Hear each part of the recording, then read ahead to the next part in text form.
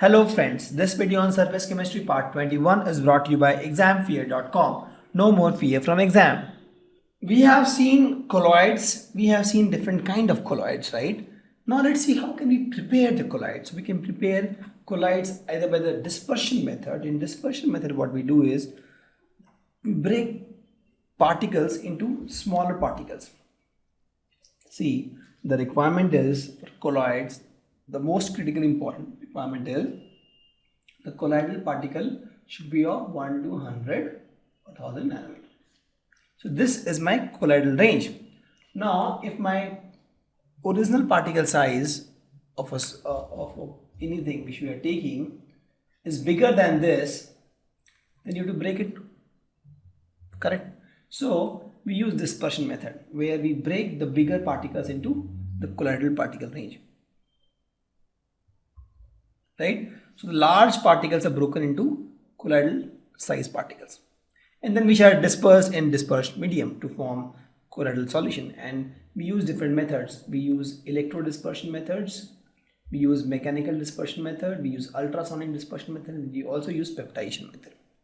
The other process is condensation. So in this, if my particle size is smaller than my colloidal range, again this is my colloidal range, right, then what we do is smaller particles are made to aggregate together, right? Smaller particles are made to aggregate together to form the bigger colloidal size, and this is done by double decomposition, oxidation reduction, and hydrolysis method. These are the methods we will discuss to prepare colloidal solution. Just understand, for colloidal solution what we need dispersed phase,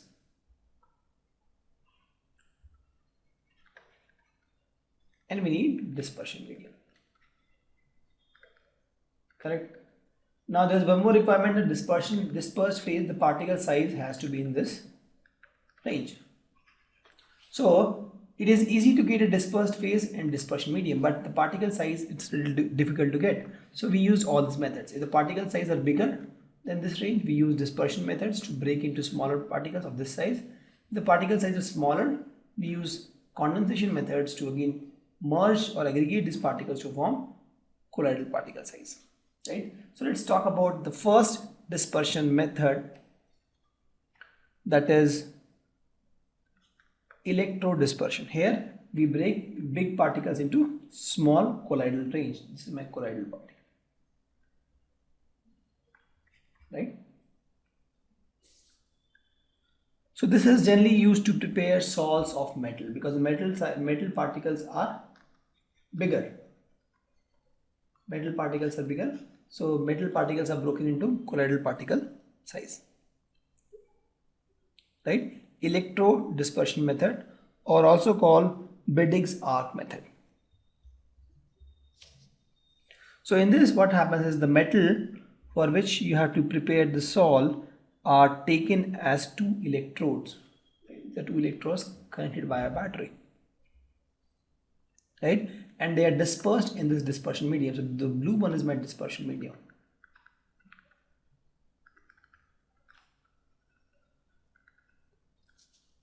And it's a high voltage current. This is high voltage. High voltage. There's a high voltage current that is applied, right? And this is moved apart. In fact, this moves actually. You see, this is how it works, right? This moves, and now there's the moment it touches, the circuit is complete, and there's a spark here. So if you see, this is how it works. This one electrode moves, right? So one electrode moves, and if you see, this is still in the circuit, right? This is this wire is a little long. So if this moves on the right, the moment it touches, this is, let's suppose, electrode 1, this is electrode 2. The moment electrode 1 touches the electrode 2, there is a spark, right? And this spark is huge because the high voltage is very high, right? So this spark or arc, you can say, it produces a huge amount of heat, right? So a huge amount of heat is generated by this arc, and this huge amount of heat, this vaporizes the metal. This metal here vaporizes, and now this get condensed. For easy condensation, what we do, this is ice. We use ice here.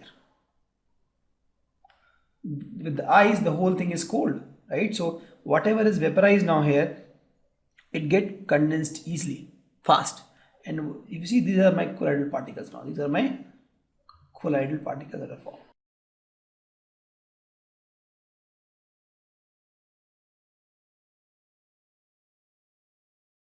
Correct. So what happens? This is generally used for creation of salts of metals. The metals for which you want to create the salts, they are taken as electrodes. Put the electrodes here, metal 1, metal 2. These moves, and this is a high voltage applied. The moment the electrode 1 and electrode 2 touches, there is a arc or spark produced, very high. Since the voltage current is very high, this produces a lot of heat, and with this, the metal here vaporizes, and this ice here, and this is my dispersion medium or the solvent. It cools down immediately, and you get this particles of colloidal size, right? So these particles which are produced, they will remain in this dispersion medium, and the sol is prepared. If you see, I have now what? I have the colloidal particle, I have the dispersion medium, and that's all, right? That means I have a sol. And good examples are hydrolysis of gold, silver, and copper. Sorry, hydrosols. The hydrosols I can say. The hydrosols means the sols where my solvent or the dispersion medium is water, right? So you can create the hydrosols of gold, silver, and copper, right? And please note, this is not suitable when the dispersion medium is organic liquid, because organic liquid, incomplete combustion occurs. A lot of charring occurs, right? A lot of charring is incomplete combustion occurs with this. So this is not suitable for, not suitable where my dispersion medium or my solvent we call is organic liquid.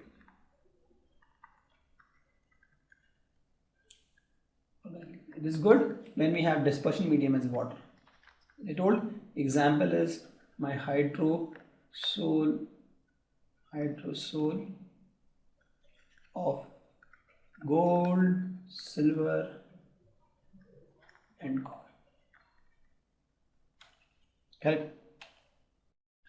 So next method to prepare the colloidal solution or using dispersion method is the mechanical dispersion. Here also we break bigger particles into smaller particles of colloidal size. This is my colloidal particles.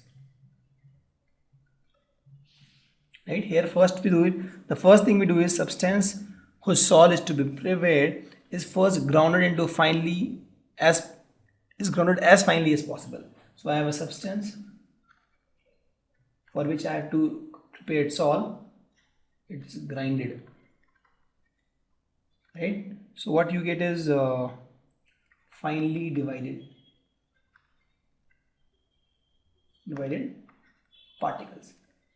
This finely divided particles, when you mixed in solvent, what you get? You will get a suspension.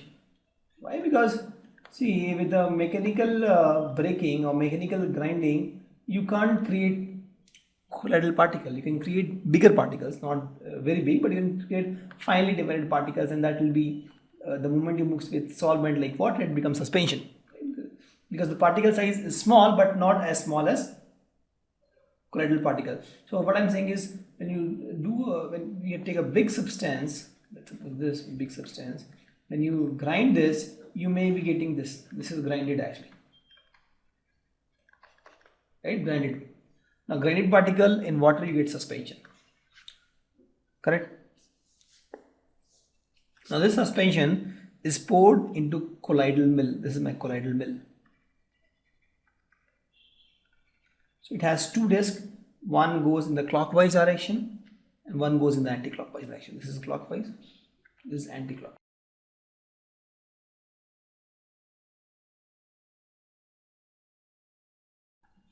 Right? So they move one in the clockwise, one in the anti-clockwise direction. And now with this, the speed of the mill is adjusted so that the particles in the suspension breaks down further into colloidal particle size. See, it has all this grating here, right? It's all these gratings. Whatever suspension particle you get here, since it moves in this opposite direction, these particles break, and what you get output here is my discharge from both sides. Actually, it discharge from both sides. This discharge is my colloidal particles, and since already I have a solvent here, so what I get actually is the colloidal solution. Correct? So the next type or the next method to prepare colloids using dispersion method is the ultrasonic dispersion. This is generally used to prepare sol of mercury in water, so I can say it's a hydrosol of mercury. See, we use some oscillators here. These oscillators produce vibrations, and these vibrations, they have frequency more than that of audible sound, right? This vibration, the frequency more than audible sound.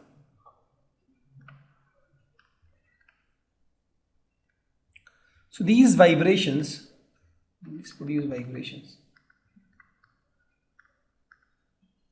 Yeah, so these vibrations actually, this can produce colloidal particles. This, if you have a suspension means you have a solvent and you have a big particles, you get suspension, right? In this you have this oscillator. Oscillator will make sure that this big particles breaks down into smaller particles of colloidal size. This is my big particles. It will break down into my colloidal size. This is my big particles. Correct? Please note, this doesn't mean this is a molecule or atom. This is just a particle. It can have a number of atoms. This sphere doesn't mean it's always molecules, right? It is a big particle, it breaks into small particles. Correct? And these small particles actually are of colloidal size.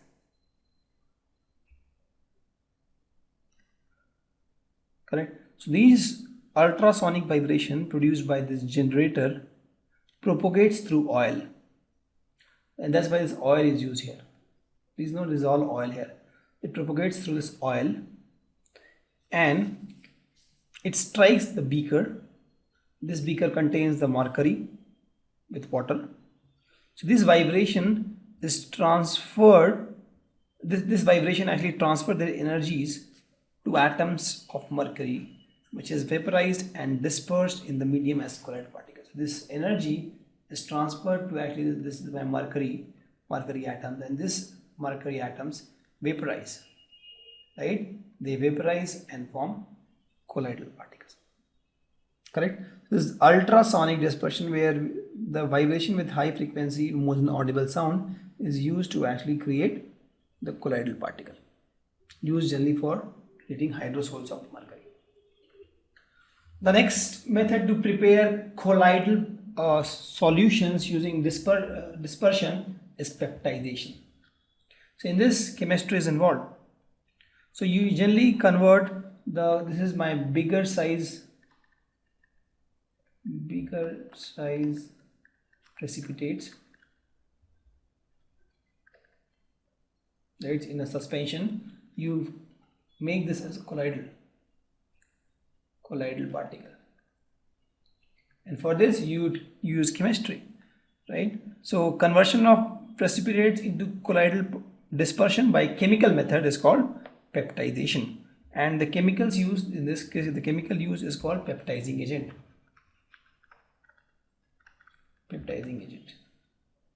Right? The chemical used in this method is called peptizing agent, and the process to convert the bigger size precipitates into colloidal particle is called peptization. So during peptization, what happens is, see, these peptizing agents are nothing but electrolytes. For example, NaCl is electrolyte. It will give you what? Na plus and Cl minus ions, right? My potassium iodide is electrolyte. It will give you K plus and I minus ion. My silver nitrate is an electrolyte. It will give you Ag plus and NO3 minus ions, right? So these are my electrolytes and they are my peptizing agents. So what happens is, see, these, I'll explain you this in the next few slides also. These bigger particles, or even the colloidal particles also, they have tendency to attract charges. Correct? It can attract either positive or negative. So I'll show you why, how this attracts. But for example, in this case, it has tendency to attract I minus charge, right? So on its surface, or adsorb, in fact, let's suppose in this case it is adsorbing Cl minus. So Cl minus will be adsorbed on the surface. So the surface will have a lot of Cl minus. And that is the reason for the stability of colloidal solution. We'll explain that also. So let's suppose this has tendency to adsorb Cl minus. So now because there are so many Cl minus on the surface, what will happen is this bigger size will ultimately break into smaller particles. And again it will have again those particles. Right? So this is my peptization, where my bigger participate, they adsorb, right? They adsorb my charge, maybe negative charge or positive charge. I'll tell you why and how it adsorbs. The next slide, they adsorb the charge, and with that it breaks into smaller colloidal particles. For example, if you take AgI, right? For example, if this is AgI, let's suppose. So AgI will have tendency to attract either Ag plus or I minus. Right? AgI will have tendency to attract either Ag plus or I minus. Now, in this AgI, you put peptizing agent as Ki. What will happen? Ki will give what? K plus and I minus. So this AgI has tendency to attract either Ag plus or I minus. Now I have K plus and I minus. So what will it do? It will attract I minus. K plus it won't attract because it doesn't have tendency to attract K plus. Same AgI, instead of Ki, if I put AgNO3, it will give me Ag plus and NO3. Now this AgI has tendency to attract either Ag plus or I minus. Is AgI here? Yes. Is I minus here? No. So in this case it will attract Ag plus.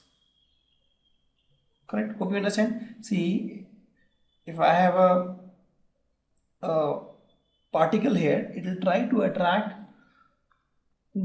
if you break this particle into plus and minus, so those ions it will try to attract. For example, if it is AgI, it will try to attract either Ag plus or I minus. So with this AgI, if you add this peptizing agent as Ki, then I minus will be attracted and I minus will be adsorbed on this surface. Correct? The whole surface will be adsorbed by I minus and it will break into small particles. Similarly, AgI colloid, let's suppose I have a colloidal solution of AgI, where AgI is my dispersed phase.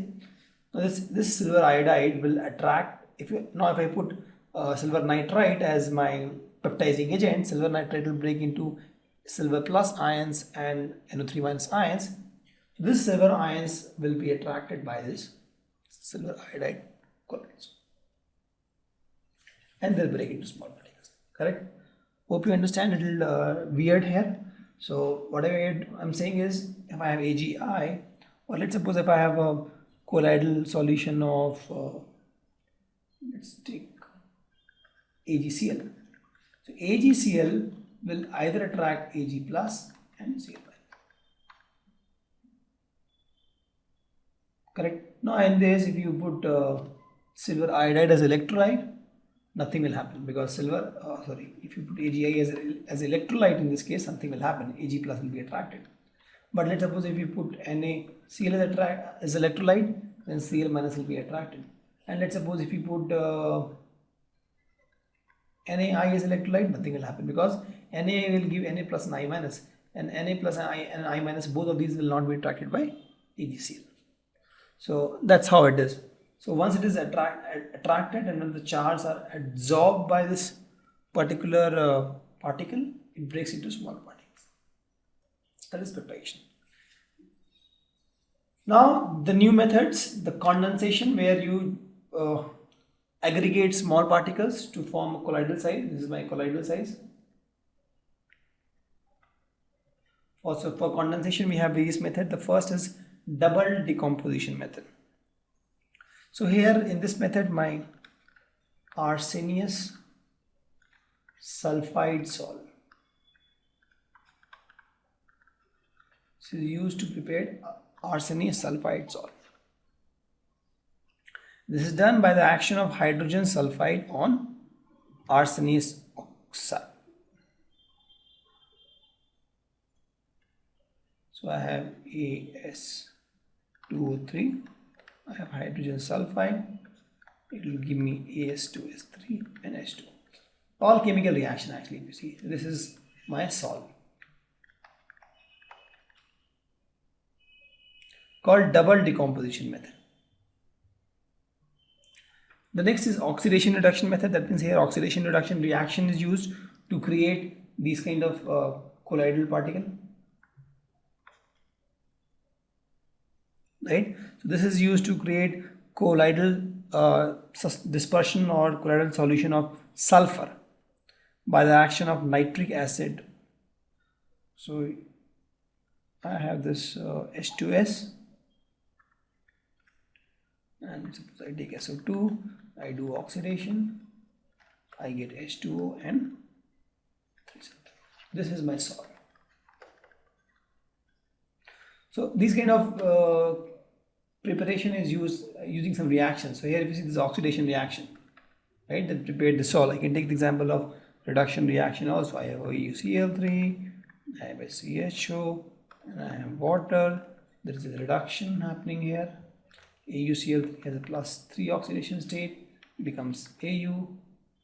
This is a salt, and I get 3HCOH and 6HCl.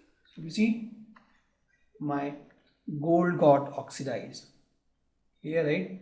I have -2, this is 0. My sulfur got oxidized, it's got reduced actually from +3 to 0.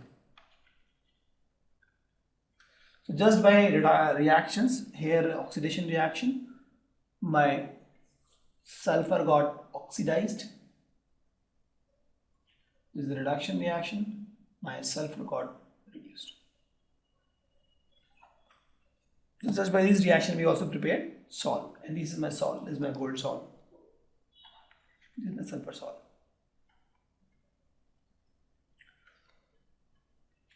So in case of hydrolysis, we use actually hydrolysis method to prepare salt. For example, FeCl3, you add some water to it, your hydrolysis, you get FeOH3 and HCl. So this is my salt. Right? So this is my condensation method, hydrolysis. Thank you. Visit examfear.com to watch more videos, attempt free online tests, get free study materials, find tutors and mentors, and much more. Thanks once again.